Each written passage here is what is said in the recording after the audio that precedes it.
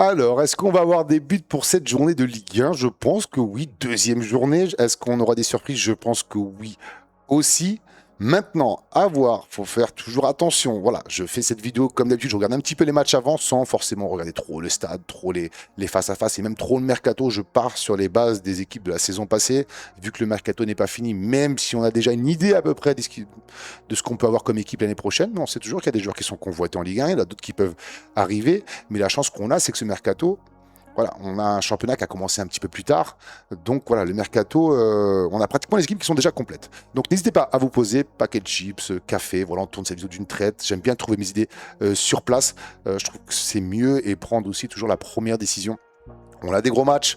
Et tout d'abord, j'espère que vous allez tous très très bien, vous passez une super journée. Pour ceux qui ne connaissent pas, on fait des live commentaires sur la chaîne. N'hésitez pas à commenter si ce genre de contenu vous plaît, à liker, à booster la vidéo. C'est vraiment fait pour ça et ça soutient énormément la chaîne. Et merci encore une fois pour toute la force que vous envoyez parce que franchement, c'est incroyable. Ce soir, bien entendu, après cette vidéo, on fera le match entre Lyon et Fenerbahçe, live commentaire. On va le commenter ensemble. Donc n'hésitez pas à passer. Donnez-moi vos avis. Je lis généralement tous les commentaires. Je réponds à tout le monde. Mais là, cette fois-ci, vidéo prono intéressant. Deuxième journée de Ligue 1. Je suis très content de pouvoir revenir au prono Ligue 1, surtout qu'on connaît vraiment bien les équipes maintenant. Mais ouais, il va falloir faire attention. Attention parce qu'on a eu des matchs où il y a eu des buts assez débloqués. Il y a eu des matchs où c'était un petit peu plus compliqué. On s'attendait un petit peu. Mais il y a eu des surprises, par exemple comme Lyon.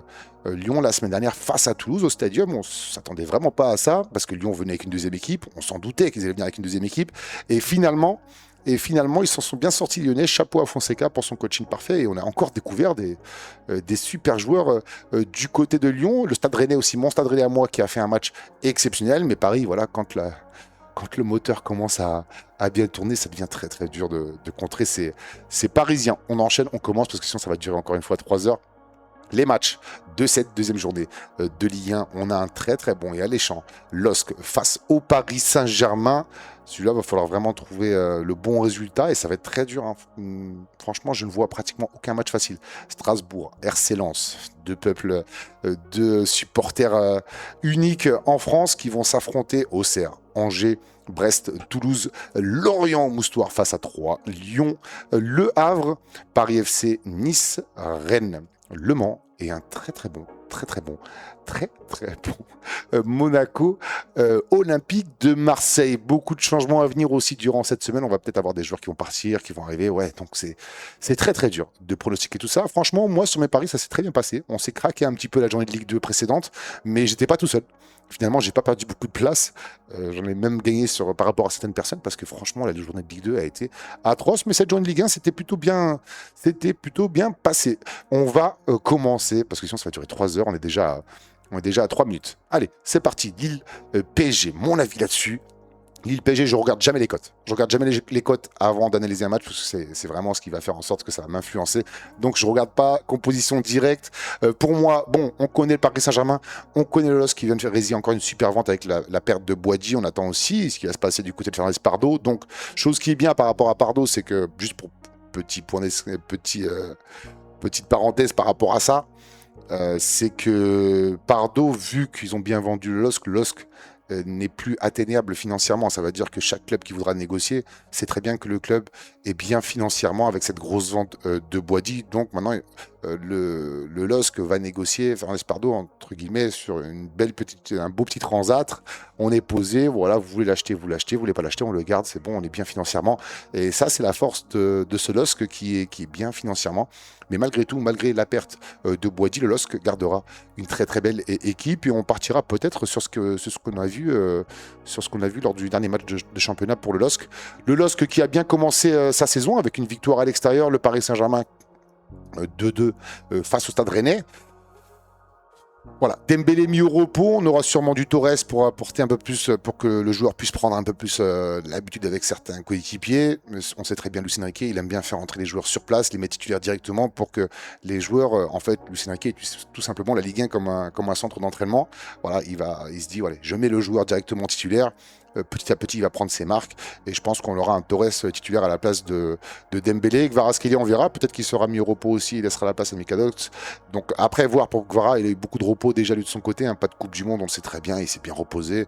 Voilà, il a eu du mal face au Stade Rennais. Mais bon, le Stade Rennais aussi, à ce moment-là, il fait un très bon match. Pour moi, ce PSG reste toujours plus fort, que ce soit sur le papier, que ce soit techniquement, que ce soit tactiquement, sur le plan de jeu.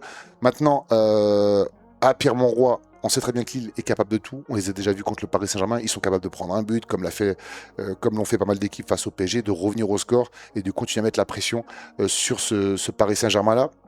En pointe, on aura le bon vieux Olivier Giroud comme d'habitude, qui a été buteur et d'un très beau but lors de la première journée de Ligue 1.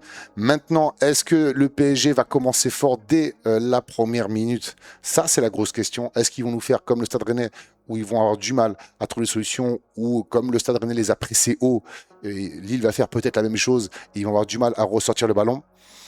C'est une grosse question. Pour moi, dans ce match-là, les deux équipes vont marquer. Il y a de grandes chances que ça marche. Je ne vois pas trop un 0-1, un 1-0. Et c'est vraiment peut-être le match déjà le plus dur de la journée à pronostiquer. C'est pour ça que je m'attarde un petit peu dessus.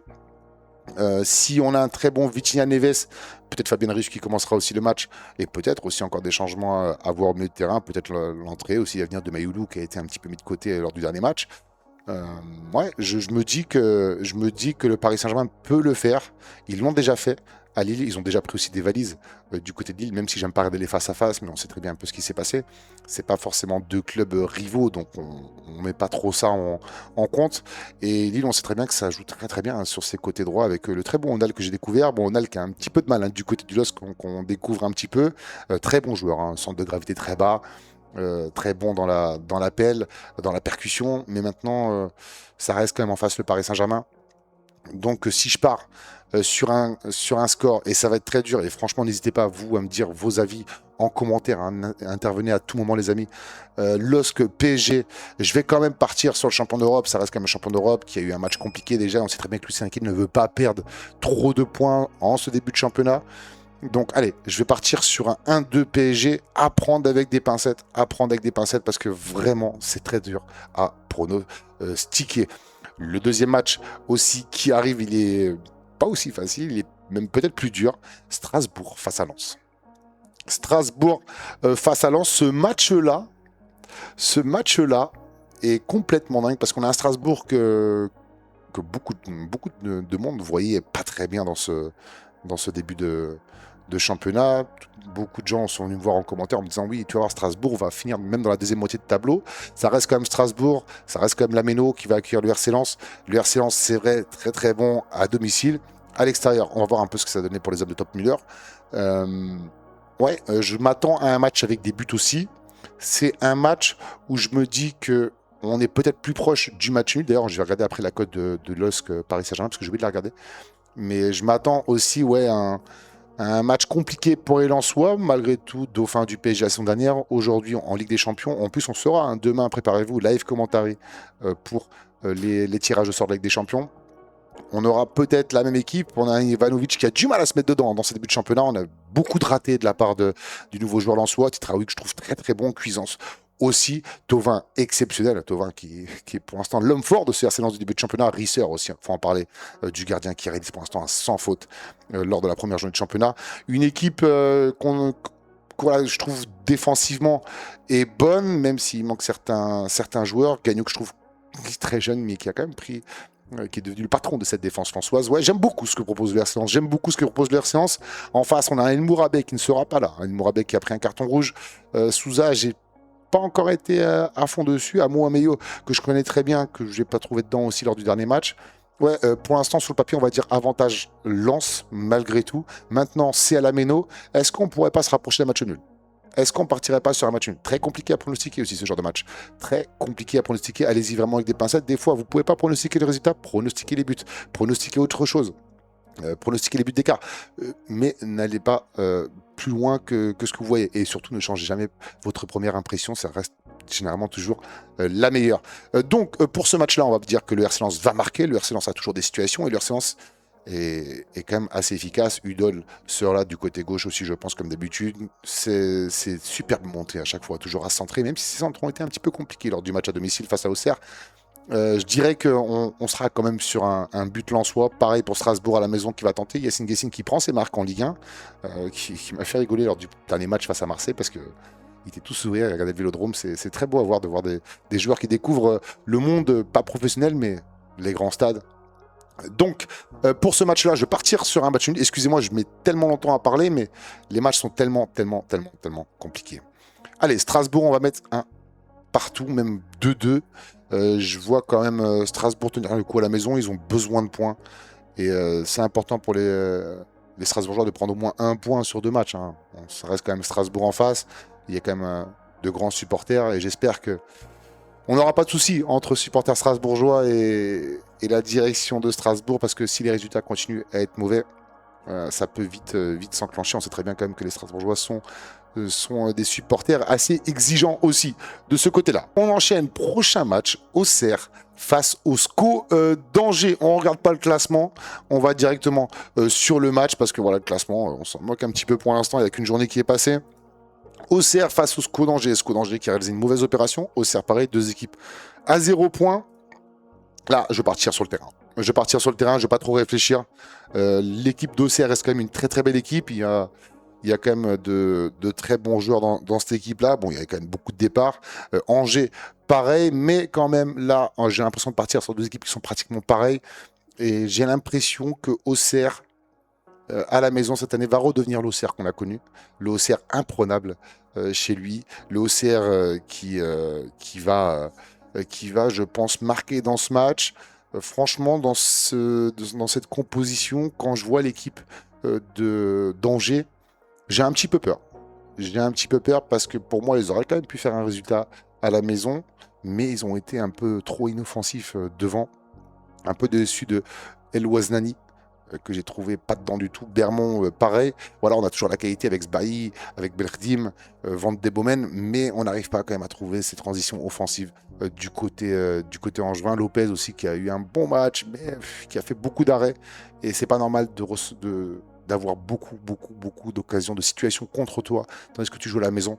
Maintenant, Auxerre, on connaît beaucoup de joueurs qu'on aime bien, Namasso, Danois, Hamada. Pied fort que je trouvais pas mal lors du match face à Lens. Akpa aussi, même si voilà, ça reste Lens à la maison, c'est toujours dur de jouer là-bas. On n'avait pas vu Romain Fèvre, que j'avais pas trouvé très bon lors du match face à Lens. Diop aussi qu'on découvre, le gardien grenoblois, qui était en Ligue de la saison dernière, qui a réalisé un bon match, qui a arrêté un penalty. Bon, c'était pas évident, mais des super sorties, des super lectures de trajectoire où il y avait beaucoup de sorties balle au pied, des fois peut-être un petit peu mal contrôlées, mais j'ai trouvé un très bon Diop et je pense que ouais, on restera toujours sur un certain niveau, point de vue gardien, du côté d'Auxerre. Sur ce match-là, on va pas trop réfléchir. Je vois quand même Auxerre se rattraper, Auxerre prendre des points à la maison pour ce match, et pourquoi pas une victoire auxerroise. Pour moi, à la maison, ils vont être très bons cette année. Et je vais dire 3-1 pour Auxerre. Je le sens bien celui-là, 3-1 pour Auxerre. Après, voilà, vraiment, début de championnat, à prendre avec des pincettes. On ne sait pas ce qui peut se passer. Est-ce qu'il y a des joueurs qui vont rester, qui vont partir encore? C'est un peu compliqué. Hein. Il y a encore des joueurs du côté de l'Auxerre qui sont toujours demandés et suivis du côté de l'étranger. On enchaîne. Prochain match, le Stade Brestois face au Toulouse Football Club. Là aussi, c'est un match dur. Qu'est-ce qu'ils sont durs ces matchs aujourd'hui? Qu'est-ce qu'ils sont durs ces matchs de la deuxième journée? Je vais dire, pour ce match-là, je ne vais pas trop réfléchir. Je vais essayer de prendre la première situation que je vois dans ma tête. Je pense que Toulouse va se réveiller. Je pense que Brest va perdre des points dans ce match-là. Même s'ils ont fait un bon match, ils ont réussi à revenir contre Le Mans qui a été très bon, on en reviendra après. Mais je pense qu'ils vont réussir à reprendre l'avantage de points sur ce match-là, les Toulousains. Très belle équipe quand même, Mackenzie, Caceres, voilà, Nicolas Essen, c'est vrai qu'il y a des joueurs qui sont partis comme Cresswell, du côté du Stade Rennais. Guillaume Rest qui sera, je pense, solide aussi. Jorgensen, les gars, je sais pas d'où il vient. Bah, on sait d'où il vient, mais quelle trouvaille du côté toulousain. Quel joueur, il aurait pu marquer déjà le but de l'année lors du match face à Lyon, où il a dévalé tout le terrain en dribblant tous les joueurs et il s'est craqué sur le dernier geste. Jorgensen, là, le joueur là, à suivre. À suivre, très intéressant du côté toulousain. Et Hidalgo, comme d'habitude, en pointe. On sait très bien presque comment que ça joue. Voilà, à Jorque, le point d'appui, la plaque tournante, celui qu'on cherche à chaque fois, que ce soit sur le premier, sur le deuxième ballon. Voilà, dès que le ballon va sur lui, on se positionne pour essayer d'attendre la tête d'Ajor. Mais là, je pense que Toulouse peut créer la surprise. C'est la première surprise que je vois dans cette deuxième journée, même si ça reste quand même Toulouse en face. Ça reste Brest aussi qui a un habitué quand même de cette Ligue 1 maintenant. Mais je vais partir sur la première surprise pour ce match. Je pense que Toulouse va relever la tête. Cette défaite face à Lyon, je pense qu'elle aurait resté aussi en travers de la gorge. Donc, ouais, pourquoi pas Toulouse faire le job face à Brest. Et je vais mettre un 2-1 Toulouse pour ce match. On enchaîne. Prochain match entre le FC Lorient et 3 promus FC Lorient au Moustoir. Est-ce que le FC Lorient va nous refaire la même saison que la saison passée où le FC Lorient au Moustoir était intouchable, était imprenable et complètement rentré dans ses adversaires à un point où les adversaires ne pouvaient même pas ressortir du milieu de terrain.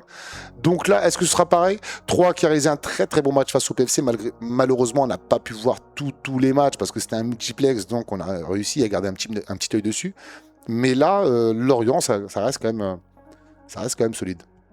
Ça reste quand même solide. 3 joue à domicile quand même face au PFC. Le PFC qui a, on en parlait un petit peu, qui a du mal à trouver un petit peu les marques. Ça me fait penser un petit peu à Fenerbahçe. On ramène des bons joueurs, mais on a du mal à trouver un plan de jeu. On va y revenir après. Lorient face à 3. Allez, les Lorientais ont besoin de prendre encore des points. Il y a des très bons points qui ont été pris du côté de Nice. Maintenant, Lorient à la maison, avec une très belle équipe. 3, que c'était une de mes équipes aussi préférées en Ligue de la saison dernière, qu'on a commenté aussi beaucoup, avec Biche, le gardien que vous avez découvert sûrement du côté de l'Australie pour la Coupe du Monde. Voilà, le bon vieux Ripard sera là, Diop que j'avais trouvé très bon la saison dernière, mon frère aussi, Titi, très bon joueur aussi. Maintenant, est-ce que 3 peut aller chercher des points du côté de Lorient? Eh ben, figurez-vous que je ne pense pas. Je ne pense pas. Je pense que Lorient va faire un gros match à la maison pour la première au Moustoir de la saison 2026-2027. Donc je vais partir sur une victoire lorientaise. 3-1. 3-1. Désolé supporters troyens, mais quand on a bien regardé la saison de Café Lorient, c'est resté un Lorient sous Pantaloni. C'était un Lorient qui était vraiment équilibré, qui était vraiment bon en transition offensive, qu'on adorait. Les pistons, c'était incroyable. Maintenant, cette équipe a certes bougé avec des créateurs qui sont partis comme Pagis, etc. Mais ça reste Lorient et au Moustoir, c'est très solide. Donc je vois Lorient faire un gros coup pour ce premier match de championnat à la maison. On enchaîne avec Lyon face au Havre. Alors, ce Lyon qu'on fera ce soir en live commentary, j'espère qu'ils nous donneront la satisfaction d'être en Ligue des Champions, comme ça on pourra les suivre demain pour le tirage au sort de la LDC. Mais j'espère que Lyon sera qualifié, j'espère que Lyon sera heureux, parce que si il se passe quelque chose de mal du côté de Lyon ce soir, on peut avoir des changements dans l'équipe, on peut avoir des joueurs qui partiront rapidement, le mercato arrivera bientôt à sa fin. J'espère qu'ils viendront heureux au Groupama Stadium pour accueillir les Havrais qui auront besoin de points. Malgré tout, même si pour moi Lyon reste quand même au-dessus, voilà, on sait très bien que ce match de Ligue des Champions, ce barrage retour face au Fener, aura de grosses conséquences sur la suite de la saison lyonnaise. Et j'ai vraiment envie d'avoir un Lyon vers l'avant, un Lyon qui viendra en tant que Lyon européen. Bien sûr, quoi qu'il arrive, ils seront européens en Europa League, mais un Lyon qui joue dans la plus belle des compétitions. Donc, malgré tout, que ce soit qualification ce soir, oui ou non, je vois Lyon quand même solide à la maison. Je vois Lyon qui se rabattra sur le championnat pour faire quelque chose de bien la saison prochaine. Mais il y aura des pertes quand même. Il y aura des pertes. Il y aura sûrement peut-être Fofana, sûrement Souch, parce que Lyon devra vendre pour 50 millions en cas de non-qualification au lieu de 25 en cas de qualification. Donc tu pourrais perdre peut-être 2 joueurs au lieu de 1 et brader certains joueurs. À voir. Voilà, ce match, j'ai déjà fait une vidéo de prono dessus. Allez sur la chaîne, n'hésitez pas à la regarder. Avant le match, voilà, ce match a une importance capitale ce soir pour Lyon et aura des conséquences aussi face au Havre. Normalement, on devrait faire peut-être cette vidéo prono juste après le match, mais bon, voilà, on est pris par le temps et donc il faut s'adapter. Donc je vais dire, quoi qu'il arrive, victoire pour Lyon, je ne vais pas trop m'attarder dessus. Je vois Lyon quand même l'emporter, je vais dire même un 2-0. 2-0, quoi qu'il arrive, qualification ou pas au Fenerbahçe. Je pense que Lyon va faire le job comme d'habitude. On enchaîne. Prochain match entre le PFC et Nice. PFC et Nice. Est-ce que c'est pas le moment pour le PFC de faire un bon match? Parce qu'on les a vus face à 3. Première grosse occasion, je crois, qui est arrivée à la 40e. Le PFC qui a beaucoup souffert. Le PFC qui a beaucoup souffert pour ce match à 3. Maintenant, PFC à la maison, une très belle équipe. Collé au chaud, Pagis, Sinayoko, Kebal, Matondo, Lesmelou, c'est une équipe qui est très bonne. Les trappes dans les buts ont plus beaucoup d'expérience. Maintenant, Nice, est-ce que Nice va nous refaire la saison la même qu'à son passé? Je ne pense pas. En plus, il y a Eliway, je crois qu'il est arrivé. Donc Nice a besoin de prendre des points du côté du PFC et je les vois peut-être réussir le coup de prendre des points. Ouais. Alors, maintenant, c'est le genre de match où tout peut arriver. On peut même avoir un 0-0, mais généralement au PFC, c'est toujours compliqué d'avoir des 0-0. On arrive toujours à avoir certains buts, on arrive toujours à s'en sortir et à trouver la marque. Malgré tout, ce sera quand même un match très très serré. Est-ce que je partirais pas sur un nul et voir Nice faire un bon match? Mais je pense que le PFC aussi va beaucoup pousser à la maison. Très très dur, hein. Très très dur comme match. Dites-moi vous en commentaire ce que vous en pensez. N'hésitez pas, hein. Likez, commentez, boostez la vidéo et donnez-moi vraiment vos avis. Dites-moi qui vous supportez, c'est très important pour que je puisse réagir et trouver les solutions avec vous pour ce genre de match. Donc là, est-ce que je partirais sur une victoire du PFC ou je partirais sur un match nul? Allez, je vais dire match nul. Je vais dire match nul parce que je pense que Nice doit un peu combattre ses démons et sortir de cette mauvaise spirale, parce que Nice a passé une saison, la pire saison possible, et supporter niçois, force à vous, franchement, parce que ça devait être dur, hein, quand vous passez de barrage Ligue des Champions à barrage Ligue 2. Je peux comprendre aussi que certains ont un petit peu câblé, donc Nice qui va retrouver aussi un stade avec des supporters, ça va leur faire du bien, même si ce ne seront pas leurs supporters, au moins il y aura un petit peu d'ambiance, avec c'est compliqué de jouer le premier match de championnat à huis clos. Donc le PFC aussi qui aura besoin de points, je prends un risque, hein, quand je mets un partout, vraiment à prendre avec des pincettes les amis, c'est très très compliqué de pronostiquer ce genre de début de match en début de championnat. On enchaîne avec le prochain match. Rennes, mon stade rennais face au Mans. Alors le Mans, vous le savez très bien, c'est une de mes équipes préférées. On a beaucoup regardé le match, on l'a commenté le match à Marie-Marvin face à Brest et j'ai vu de très belles choses. Maintenant, attention les Manceaux, vous avez été tous d'accord avec moi, le rythme en Ligue 1 est plus élevé. On a vu que Brest, même si Brest n'est pas le Brest qu'on a connu lorsqu'ils se sont qualifiés avec des champions, un Brest que quand il accélère, est très dangereux. Et c'est vrai que cette équipe du Mans, je les ai vus un petit peu en retard. Malgré tout, il y a des joueurs qu'on adore. Bouraba, que j'ai beaucoup suivi la saison dernière. Loré, Elium, Kosic, qui avait fait un très gros match face à Brest. Hein. S'il n'y a pas un gros Kosic face à Brest, on a peut-être une défaite mancelle lors de la première journée. Donc il va falloir être très très solide. Monsieur Vidira a beaucoup de boulot. J'adore ces pistons Boades, Kaloda, Mafuta, qu'on connaît très bien, le buteur qui a marqué d'ailleurs lors du dernier match, et Damgay. Ah, ça aussi, c'est un très bon joueur. Mais attention, il va falloir trouver la solution et continuer à travailler. Maintenant, ce genre de résultat ne vient qu'avec le temps. Ce rythme va augmenter qu'avec le temps. Est-ce que c'est pas trop dur d'affronter mon Stade Rennais lors de la deuxième journée? Je pense que si. C'est pas un cadeau pour les Manceaux. Maintenant, Rennes, pour moi, je vous le dis, je persiste là-dessus. Dites-moi vous si vous êtes d'accord avec moi. Pour moi, Rennes, on finira dans le top 3. Allez, je sais que je vais me faire insulter, mais pour moi, on finira dans le top 3. Je trouve qu'on a une équipe très très bonne. Peut-être qu'on a encore un ou deux joueurs qui vont peut-être venir. Mais je trouve qu'on a une équipe vraiment bonne. Et des joueurs qui sont arrivés, qui ont trouvé leur rythme facilement au Stade Rennais. Oui, je pense qu'on aura un Esteban Le Paul aussi qui fera de belles choses. J'ai beaucoup aimé ce qu'a fait Soumaré, même si je trouvais un petit peu dur. C'était un petit peu dur face à lui de commencer la première journée face à Achraf Hakimi. El Tamari, on le connaît. Simanski, wow. Finalement, il y a une belle frappe aussi, Simanski. Frankowski, Cresswell, que je trouvais très très solide. Un petit peu lent, mais par contre, sur les premiers ballons, il est toujours là. Je trouve que son adaptation avec Ed Boudlal est vraiment très très bonne. Najida, qu'on a découvert la saison dernière, vif, qui n'hésite pas à monter. Attention, des fois un petit peu retard sur certains tacles, ça peut lui valoir quelques cartons, donc attention. Mais je pense que ouais, c'est dur pour Le Mans de commencer cette deuxième journée aussi avec un Stade Rennais. Et je vais pas vous mentir, je vois le Stade Rennais gagner ce match. Je pense qu'on va marquer, je pense que ça va être la fête du côté du Roison Park parce qu'on a fait quand même un très très bon match. Très très bon match face au PSG, même si on a eu peu de temps pour s'organiser. Je ne pense pas, bien sûr, que si on jouait au Paris Saint-Germain, on aurait joué dans un autre système de jeu, peut-être un petit peu plus reculé. Mais Francaise a fait vraiment du beau boulot en ayant changé ses extérieurs de domicile avec le Paris Saint-Germain pour s'être adapté aussi au PSG. Je trouve que c'est du très très bon boulot parce qu'il fallait le faire, hein, ce 2-2 face au Paris Saint-Germain.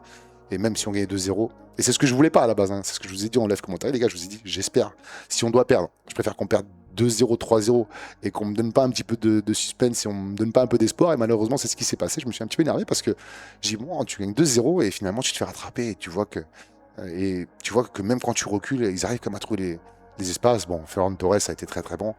Mais Rennes aussi a fait un très bon match et c'est cool. Ça va nous aider pour la suite du championnat. Et on se débarrasse aussi du Paris Saint-Germain lors de la première journée. Maintenant, Le Mans, voilà, va falloir attendre un petit peu de temps, supporter Manceau. Le rythme va commencer à monter, ils vont commencer à prendre l'habitude. Il y a des joueurs quand même qui jouent en national il y a 2 ans. Il y a des joueurs qui jouent en national il y a 2 ans et là qui se retrouvent en Ligue 1. Franchement, chapeau, c'est une équipe qui restera toujours une de mes préférées. Bon, malheureusement, là, c'est contre le Stade Rennais. Mais quoi qu'il arrive, lors des prochains matchs, je serai, je pense, un fervent supporter de cette équipe mancelle. Donc, pour ce match, je parle beaucoup. Je parle beaucoup, je suis désolé. Pour ce match, je vois une victoire du Stade Rennais. Allez, je ne vais pas être 2-1. Allez, 2-1 entre Le Mans et le Stade Rennais. On enchaîne. Prochain match. L'Olympique de Marseille qui va se déplacer du côté de la AS Monaco. AS Monaco européen, barragiste Conférence League qui va jouer demain soir. Bon, je suis pas trop inquiet pour Monaco. Pour cette conférence, ils ont fait déjà un très bon résultat là-bas en Pologne. Je pense qu'ils vont se qualifier. Ça va quand même laisser des traces. On sait très bien que Monaco a encore besoin de vendre. Monaco est pas très très bien. Mais bon, ce que propose pour l'instant Luis, le coach monégasque, est intéressant. Ils ont beaucoup souffert lors du dernier match. Même s'ils sont repartis avec la victoire. J'ai trouvé une très très bonne équipe. Je trouve que voilà, Brunner, je l'ai pas beaucoup vu. Monaco a marqué rapidement dans ce match et puis après c'est un petit peu éteint et a laissé un petit peu les Havrais jouer à leur place. Mais ils ont quand même réussi à faire un résultat et prendre les 3 points. Du côté de l'Olympique de Marseille, on le sait tous, on l'a vécu pour les matchs de championnat Ligue 1. 4 buts à 0. Est-ce que Marseille peut refaire cet exploit à Monaco? Je vais dire oui. Est-ce que Marseille peut perdre à Monaco? Je vais dire oui. On ne sait pas. Là, on peut entendre d'ici un jour Paechao vendu 30 millions du côté de la Première Ligue. Voilà, tout change. Paechao quand même très important dans cette équipe marseillaise aujourd'hui. On sait très bien que le coach Bruno Genesio ne veut même pas entendre parler d'un départ, mais McCourt apparemment redonné son feu vert. Et là, ça m'inquiète. Parce que tu perds Paechao, tu perds quand même. Je ne vais pas dire c'est équivalent à Greenwood, mais ça reste un créateur, ça reste un joueur qui provoque beaucoup, ça reste un joueur qui est capable de dribbler un joueur, 2 joueurs, de marquer, de trouver la frappe, de centrer. Et c'est vrai qu'entre le moment où je tourne cette vidéo et à dimanche soir 20h45, il y a quand même 3 jours et il y a un mercato. Et comme c'est la fin du mercato, ouais, on veut renflouer les caisses du côté de l'Olympique de Marseille. Et c'est ce qui me fait un petit peu peur.